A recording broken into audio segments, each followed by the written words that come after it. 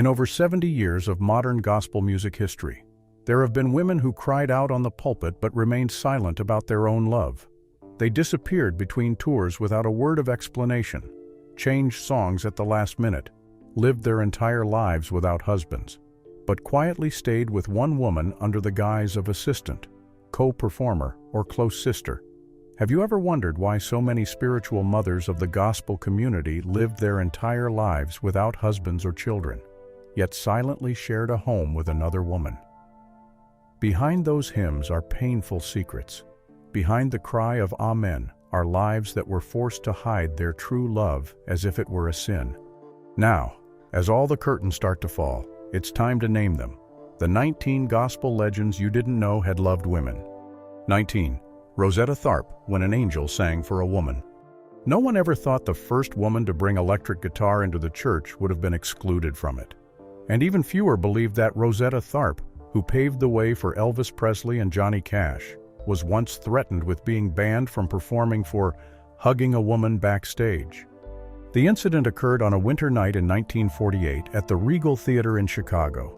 The performance was reaching its peak glory. Rosetta, dressed in a shimmering white cloak, had just completed the duet Up Above My Head with Marie Knight. The audience stood up. Both white and black people clapped continuously, but behind the scenes, another scene was unfolding, and it wasn't in any Bible.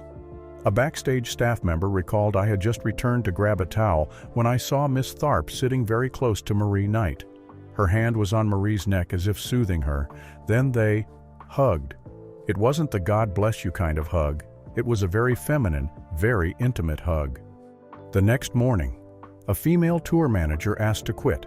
No formal explanation, just a handwritten note: "I cannot continue working in an environment that betrays God." The organizers said nothing. The church didn't question it. But from then on, Rosetta Tharpe was closely monitored. Her songs with Marie were stopped from being released. Marie's name vanished from posters and major tours. And if their love ever existed, it was buried between songs celebrating salvation. No official records confirm that Rosetta Tharpe was gay, but amid thousands of moral sermons, no one could explain why such a proud, single woman surrounded by men chose to write music and live alongside another woman for nearly a decade. Perhaps in the sparkling sound of This Train, Strange Things Happening Every Day, or Didn't It Rain, the unspoken confession Rosetta never dared to sing aloud still echoes. And perhaps the legendary story of the godmother of rock and roll was only half revealed. The other half is a whisper in the dark, sent to the woman she loved but would never reveal. 18. Shirley Caesar, the First Lady of Gospel and the secret the church kept silent. The name Shirley Caesar is etched into the history of American gospel music like a beacon that never fades. With dozens of albums, awards, and timeless influence, she is honored as the First Lady of Gospel, but behind the glory, her life is a dark, suspicious region. In 1983, Raleigh, North Carolina, her husband, Pastor Harold Williams, died after a stroke. The funeral was simple but solemn. That night, at the post-funeral dinner, a pastor quietly knelt and proposed to her in front of the family. She didn't say a word, just stood up and left the room. 3 weeks later, Shirley moved out of their shared home and began living with her personal assistant, a woman who had been with her for over a decade on tour. From then on, they lived quietly. No interviews, no confirmations, no denials. Shirley's later songs, especially the 1995 version of No Charge, carried a strange loneliness, making many wonder. A former colleague once whispered she lost the man she loved her whole life, but the one who stayed beside her when she was in the most pain was a woman. And the church, as usual, chose not to ask any further, allowing this story to remain a mystery. 17. Marie Knight, the nameless lover of the Queen of Gospel. If Rosetta Tharpe is the undeniable bright star of modern gospel music, then Marie Knight is the quiet, devoted shadow behind her, carrying a secret she never spoke of for nearly 60 years. The public knew Marie as Rosetta's co-performer, the one who helped create immortal hymns like Up Above My Head or Didn't It Rain. But what almost no one ever mentioned was that Marie once turned down the biggest solo recording contract of her life, just to stay by the side of the woman she was not allowed to love. In the fall of 1951, New York, a major record label invited Marie Knight to sign an exclusive 3-year contract, record, and release a solo album without Rosetta.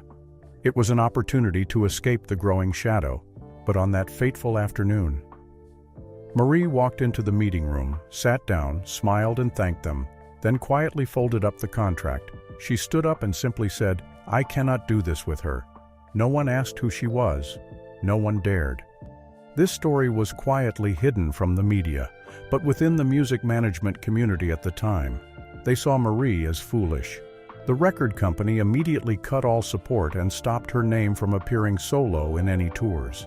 Marie became nothing more than a shadow beside Rosetta, following her to every church, every stage, every city, but her name was relegated to featuring. Few knew that when Marie Knight decided to turn down the contract, she was carrying the greatest pain of her life. A few months earlier, her 2 young children had died in a fire in Newark. She had nearly lost her entire family. And when people expected her to find her own way, to stand up for herself, she chose the opposite, to return to Rosetta, living in a cramped hotel room, touring like an invisible person. No hymn ever mentioned the death of her 2 children. No biography recorded that Marie had once been a widow, and no one dared write that she had given her entire life to another woman, not for fame, but for love. Marie Knight lived quietly until her death in 2009 without a husband, without children, and without scandal. But there was one thing those closest to her often heard. Repeated over the years, Rosetta was the best thing that ever happened to me. And also the thing I was never allowed to fully keep. 16. Clara Ward, the girl who wasn't allowed to love. Clara Ward was the lead vocalist of the famous Ward Singers and an icon of gospel music throughout the 1950s and 60s. Every time she stepped on stage, with her perfectly curled hair, stunning white dress, and a voice that echoed as if pulling heaven into the church, she captivated the audience. However, behind that image was a truth that few dared to mention. Clara never had the freedom to make her own decisions in life, even in love. The person who controlled everything was none other than her mother, Gertrude Ward. Not only did she found the group, but she also closely supervised every step Clara took to protect the family's reputation. No one was allowed to get close to Clara without her permission, especially women.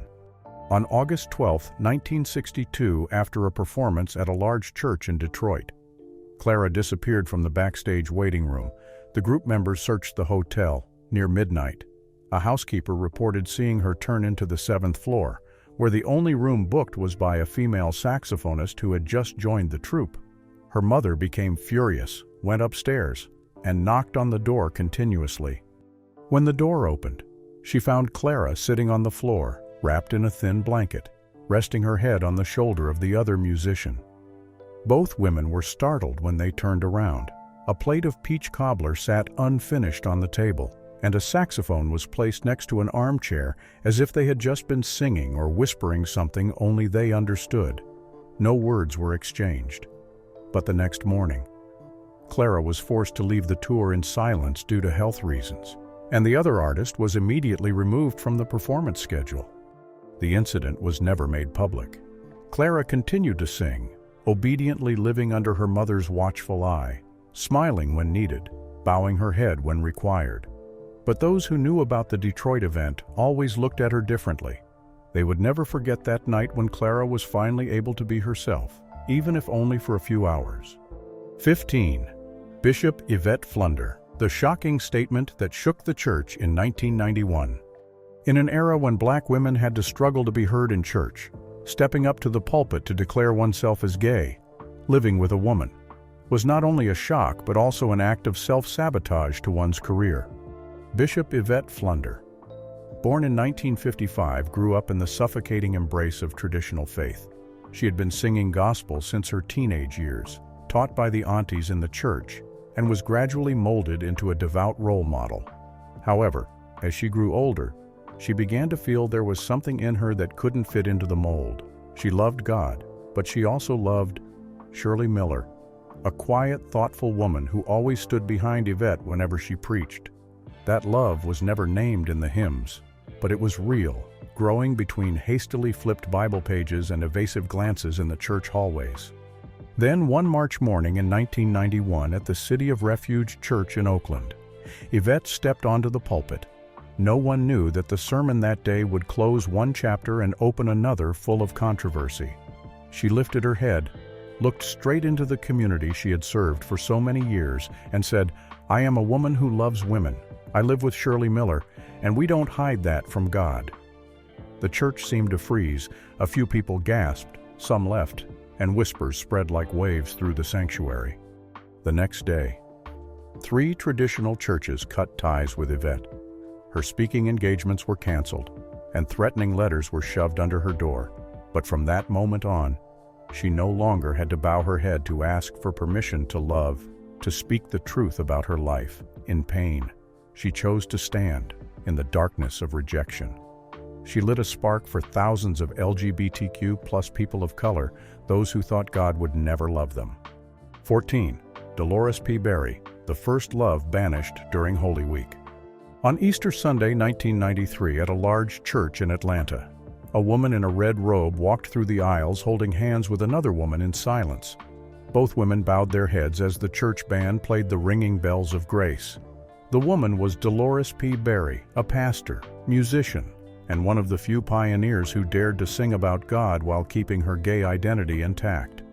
From a young age, Dolores followed the call of faith and music. She was ordained as a pastor in a traditional congregation and preached from the high wooden pulpit with eyes that pleaded with the heavens. But faith couldn't save her from exclusion. In 1993, when she decided to bring her girlfriend, a high school teacher, to the official Easter service, the congregation was stunned. No one spoke a word, but the stares were enough to cast a silent judgment. Just 3 days later, she was forced to leave the congregation during a cold, private meeting, with the reason given as disrupting the image of a spiritual leader. Without the church, Dolores went on to found LGBTQ+ Black prayer groups, sang at small queer conferences, and officiated weddings for same-sex couples. She became a spiritual mother to many young people caught between faith and identity. In her final years, she lived with her partner in a small apartment in Richmond, regularly sharing the word at inclusive conferences. When Dolores passed away in 2017 from complications of diabetes, no representatives from her former church attended the funeral, but outside the service, hundreds of queer people stood in long lines, holding candles and softly singing her favorite hymn. It's said that Dolores didn't die in rejection, but in the embrace of those who dared to believe that God doesn't discriminate by gender. 13. Frenchie Davis, The Confession on Stage and the Broadway Romance That Was Buried. In 2012, during an interview on BET in Los Angeles, the host had just finished asking a question when Frenchie Davis, the Black Broadway singer who had made a splash on American Idol, sat up straight and smiled gently. She said, "I love women, and my first love was with a female co-performer on Broadway. I've kept that to myself for too long." And this wasn't the first time Frenchie surprised her audience. In 2003, she was eliminated from American Idol simply because of some nude photos she had taken for an art project while in college. That wound lingered, not because of failure, but because of the betrayal from an industry that had always subtly discriminated based on gender and race.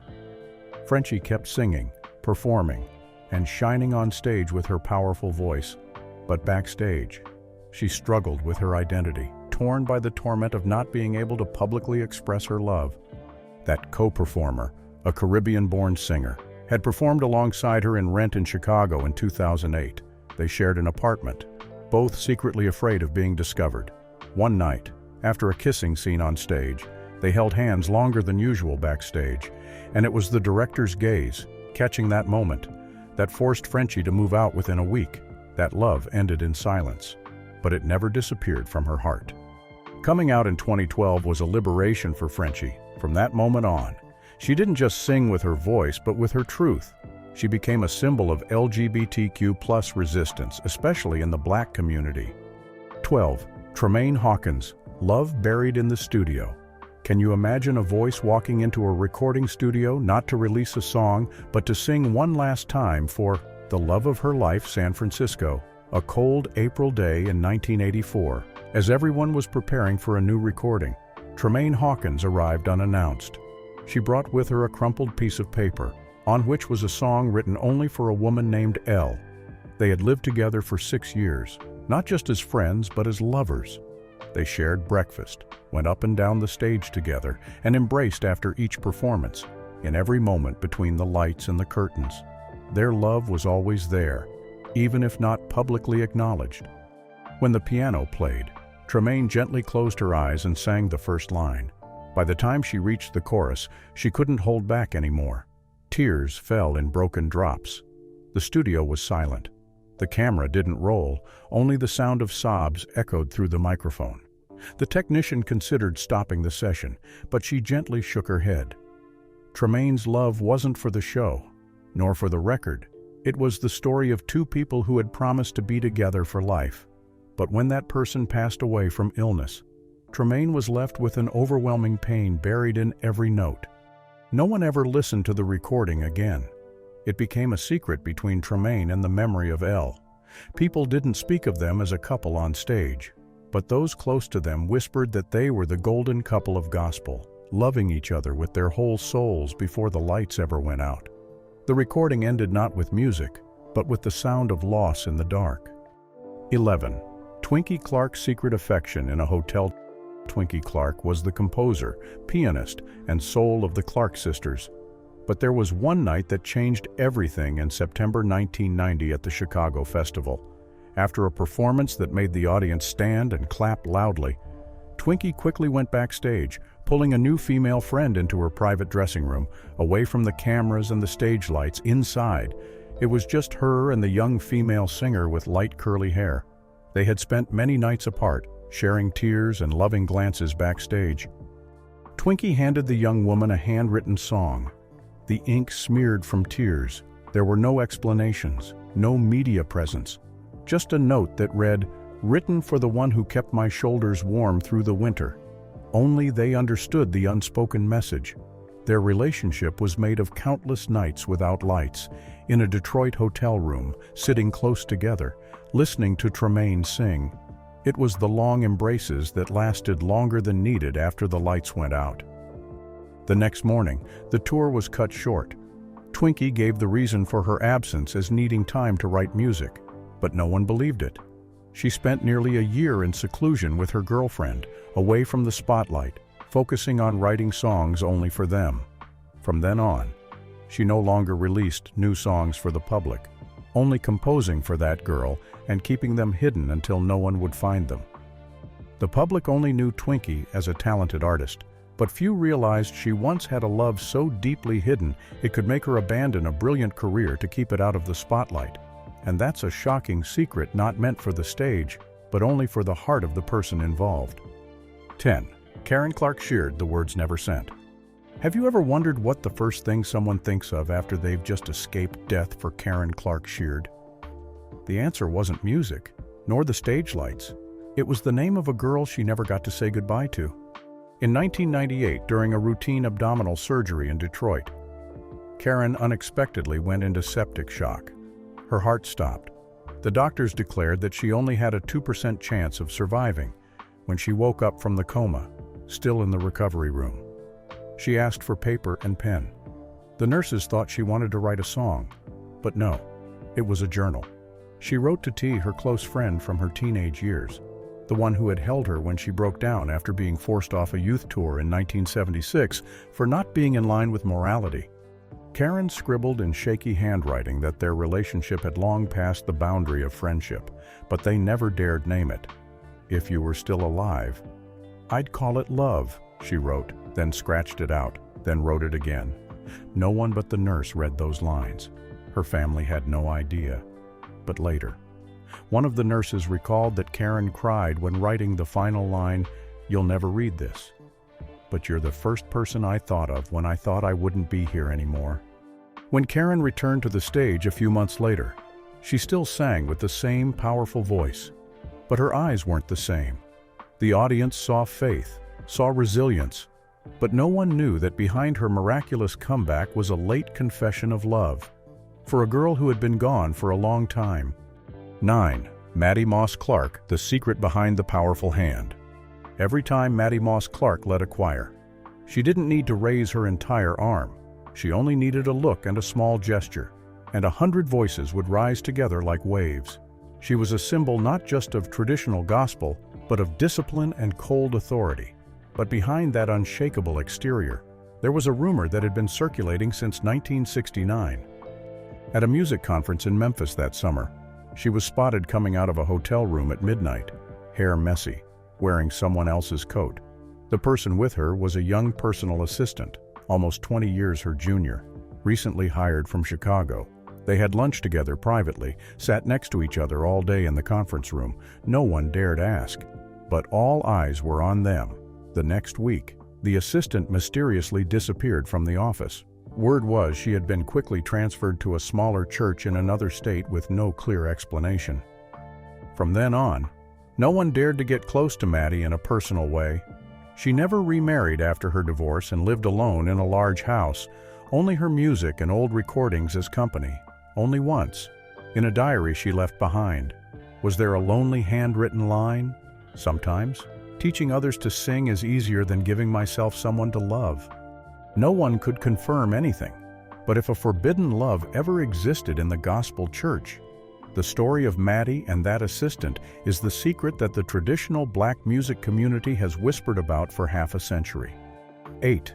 Dottie Peoples, the final testimony for a woman on Sunday morning. March 3, 1996. Hundreds of worshipers gathered at West End Baptist Church in Atlanta for a late Easter service. What made everyone stir wasn't the ceremony or the sermon, but the unexpected appearance of Dottie Peoples. After more than 2 months completely disappearing from the stage, from the media, and from the very community that had once hailed her as the voice of resurrection. She stepped up to the pulpit in a simple white dress, no makeup, her eyes red-rimmed, no introduction, no greeting. She simply said, "I'm back, but one person is no longer here." Then, she began to sing Testify, a song that had never been released, that no one had ever heard. The melody was slow, the lyrics whispered, and in every note there was a pain so deep it couldn't be named. Only those closest to her knew that this song was written after the sudden death of a woman who had lived with Dottie for 3 years. This woman had never appeared in the biography, never mentioned in the acknowledgments, and had no name on any documents. She died on January 4, 1996 in a car accident in Marietta, on the first day of the new year. Dottie did not attend the official memorial service. Instead, she went alone to the crash site at midnight, staying there until morning. This woman had been the backup guitarist in Dottie's band, often seen backstage but never standing with her on stage, in a leaked demo of Testify at the end of the track. There is a whispered line, "Deborah, you saved me." This name never appeared in the official release. 2 months later, Dottie withdrew from the national tour, canceling all contracts. When asked why, she simply replied, "I have lost the one who was the refuge of my soul. The songs now are just wind." From then on, no one ever heard Testify performed live again. But those who were present that morning said they witnessed a love song for a woman that the church would never acknowledge. 7. Vicki Winans, the keeper of the flame, is not a man. Can you imagine the stage lights suddenly going out in the middle of the night? Just because of a real-life female friend? In the fall of 2001, Detroit was anticipating a vibrant new gospel album from Vicki Winans, the woman who had divorced twice, raised her children alone, and recently found new strength. But what shocked everyone wasn't the music, it was the story behind the scenes. In April 2001, she moved out of her luxurious home in North Detroit, not to seek peace, but to live with her longtime female manager. Together, they chose each corner of a small apartment on the west side of the city, sharing every smile, every coffee, even the unspeakable pains. There was no official announcement, but just a few weeks later, the album Keeper of the Flame was released with the repeated line, "You held me when my husband couldn't." Fans believed the line was for God, but the close-knit community claimed that the one who held the flame was her manager, standing backstage at every performance. A local critic wrote in the newspaper, "It's like a confession between two women burning with both passion and loneliness." The next day, the record company quickly changed the word "you" to "he." The original version was removed from all pressings, but Vicky never denied the very private and deep inspiration behind it. And with a glance toward the front row when she saw her manager, she quietly said, "Without her, I couldn't have sung," silencing the entire audience. 6. Lesbian, the sister in the shadows. Have you ever felt someone's gaze stir your heart in just a brief moment? Atlanta. Summer 1999, during a live interview on a local radio station, Lesbian, the humble, beloved gospel singer, suddenly broke into tears when asked, "Who is the angel on earth in your life?" She was silent for a moment, then spoke with a choked voice, "A sister in my singing group." That beautiful woman was never publicly mentioned, but Lesbian's voice quivered as she said it was a sacred relationship that was never accepted. People in the group said that during that time. Lesbian and that sister often went off together after every performance, shared dinners, and touched shoulders without invitation or resistance. Then, one night in a studio rehearsal, Lesbian suddenly turned and hugged her sister, and a kiss they hadn't been allowed to share landed on her lips. They froze, silent, then continued singing as if nothing had happened. 2 weeks later, that sister disappeared from the group with the reason given as personal, and no one knew why. Lesbian was devastated. Living alone for the next year and losing a child due to health problems, she wrote in her diary, "I loved, but I could never be loved in return." And every time she stepped on stage, Lesbian clutched a cross, as if holding a secret that could never be spoken aloud. 5. Cassietta, Georgia love letter that exposes a secret. Imagine opening your mailbox after rehearsal in Mississippi in the summer of 1965 and your heart skipping a beat. It's a heartfelt love letter addressed to a female colleague, a love expressed in every word, no punctuation. Piagetta George, the voice of the famous Caravans group, was the recipient of that letter. It read, "I love the laugh and the scratch in your tone. I watch you in the night when the church lights just went out. No signature, only long ellipses." Shortly after, the Caravans group fell apart. The woman suspected of writing the letter was expelled from the choir without reason and vanished after that. Cassietta became a sidelined figure, an artist with an amazing voice, but pushed to the background. No one knew who the author was, and no one dared defend that love in words. Cassietta lived in silence, carrying the pain of not being able to protect her heart and the heart of the other. That letter from 1965 was never decoded. Cassietta passed away in 1995, taking with her the most beautiful handwritten secret gospel had never shared. 4. Beverly Crawford, a strong voice but a heart too fragile. A familiar face in Southern gospel festivals, Beverly Crawford, though not as famous as the gospel divas, was loved for her intensity and loyalty to traditional style. In July 2003 at the Praise Explosion Festival in Dallas, Beverly performed the song "He's Done Enough" with her whole heart. When she finished, instead of bowing as usual, she stepped off the stage, embraced her female co-performer tightly, and burst into tears. The hug lasted nearly a minute, long enough to spark numerous rumors. After that night, Beverly suddenly canceled all remaining performances for the year. Nearly 8 years later, in a private interview, she only said, "Some people come into your life like fire. You hold them with your tears." 3. Cissy Houston, mother of a legendary diva, but the most solitary woman. She once led the largest choirs in the eastern United States and was one of the rare black women revered by the gospel community as a leader. But what keeps Cissy Houston's name alive in the public's heart isn't her musical career. It's the familial connection to one of the greatest icons of R&B, Whitney Houston. In the summer of 1985 at 47 Dells Street in Newark, Whitney announced she would be moving out to live with Robin Crawford, her companion, her manager, and the one believed to have been with her through her most panic-stricken nights. Upon hearing the news, Cissy did not remain silent. She stormed upstairs, threw things around in her daughter's room, and screamed in the hallway, "I did not raise my daughter to live contrary to God." Neighbors later recalled hearing the argument, which lasted nearly an hour. One woman who lived next door said, "I didn't hear the voice of a mother. I heard the voice of someone losing their lover." Cissy spent her life denying that Whitney ever had a romantic relationship with Robin. But it was she herself who caused a stir within the choir in 1971 when she abruptly removed a Georgia-born female singer from the group after the two were caught staying late alone in the rehearsal room. The reason given was merely differences of opinion. Whitney passed away in 2012. Robin appeared quietly at the funeral, standing at the back of the hall, not speaking, not crying aloud, only gazing at the portrait for a long time before leaving with an unknown woman. Sissy did not greet her, nor did she call her name, but when asked about the woman, she coldly replied, sending a chill through the room, "I did not raise my child to live in contradiction to the Bible." Then, she bowed her head and cried alone. 2. Dorothy Norwood, the great storyteller of gospel, hid her own story. Dorothy Norwood, a core member of the Caravans and a silent symbol of gospel in the 70s and 80s, was always known for her musical storytelling.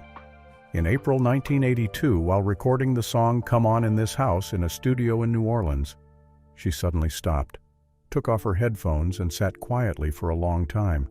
When the technician asked, Dorothy simply said, "I remember someone who was here." Then, she told a small story about two women in the choir who were in love, and one of them committed suicide after being forced out of the church. Her voice trembled. "I couldn't save her." No one said anything further. That recording was never released, but years later, during a solo performance, she ended with the song "No Greater Love," then turned and walked into the darkness without acknowledging the audience. 1. Inez Andrews. The powerful voice of the Caravans couldn't resist the rumors in the 60s and 70s. No one could deny the influence of Inez Andrews, one of the most outstanding members of the legendary female gospel group, the Caravans. But in 1971 in Chicago, she was suddenly removed from the group with no official explanation. Rumors swirled that Inez had become too close to a new member, often staying late after rehearsals, even being seen holding hands in the studio hallway. Some people even saw them leave the same hotel room during a tour in Indianapolis. Handwritten letters found later revealed a silent pain. "We've done no wrong. It's just that they don't accept this heart." Inez continued her solo career, but for the next 10 years. Looking back at this list, we see not only 19 talented artists, but 19 souls who once stood on the pulpit before thousands of applause, but behind the stage lights were hidden loves, years of living in silence and torment. So, which secret shocked you the most? Share it in the comments below. And don't forget to subscribe to the channel to continue uncovering the untold corners of Black legends.